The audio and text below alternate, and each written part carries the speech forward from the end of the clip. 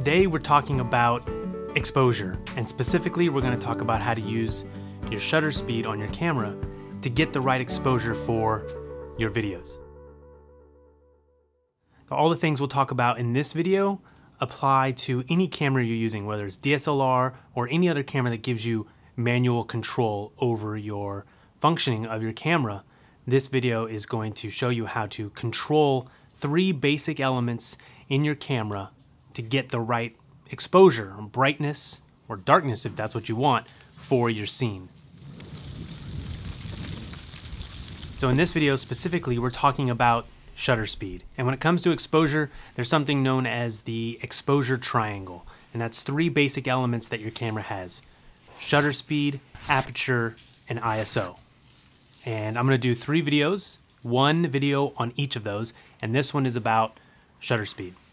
So when you set your shutter speed in your camera, there's a general rule called the 180-degree rule. And that just says whatever your frame rate is, you double that.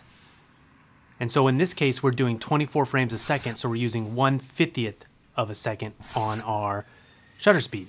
And while 1/50th of a second is not exactly double, it's close enough. And that's as close as we can get on this DSLR, which is the 60D. So whatever your frame rate is, double that and put your shutter speed as close as you can to being double of your frame rate.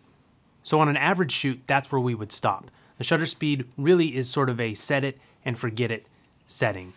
And it can be a little limiting in DSLR video, but I'm going to show you how to break that rule as long as you know what you're doing. And by the end of this video, you will. So what that setting is going to do, it's going to dictate the motion blur in our scene. And the 180-degree rule gives us the motion blur that you're used to seeing in film. And that's why it's used here in DSLR video, or most pros set up their camera that way. So if you're doing 30 frames a second, it would be 1/60th of a second.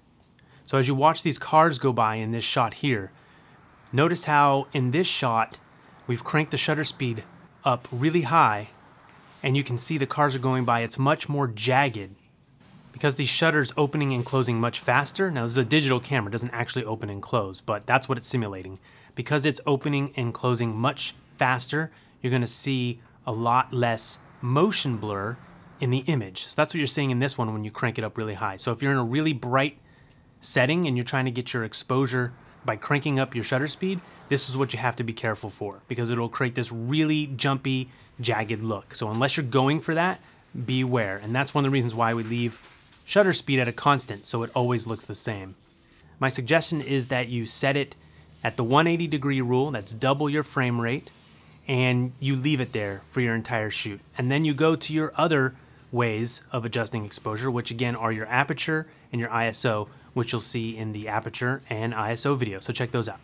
Only after you've gone through those other settings, if you don't want to change your aperture and you don't want to change your ISO, or you've changed them both to be the maximum that you can get them, your aperture is as wide as it can be, and your ISO is as high as it can go, then you can think about coming back to shutter speed. So if you're shooting something where there's not a lot of motion, you can get away with decreasing your shutter speed to get in a little bit more light. So we're at 1/50th of a second here.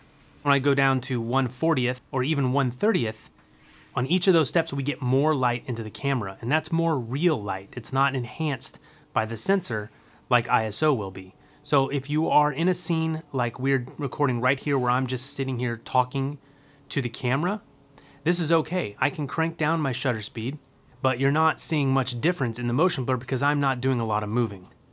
However, you're going to want to probably shoot at that shutter speed for the entire video so that you have a consistent look. But let's start off by setting our shutter speed per the 180-degree rule and leaving it. All right, if you like this video, hit subscribe and ask your questions in the comment, and we'll see you next time.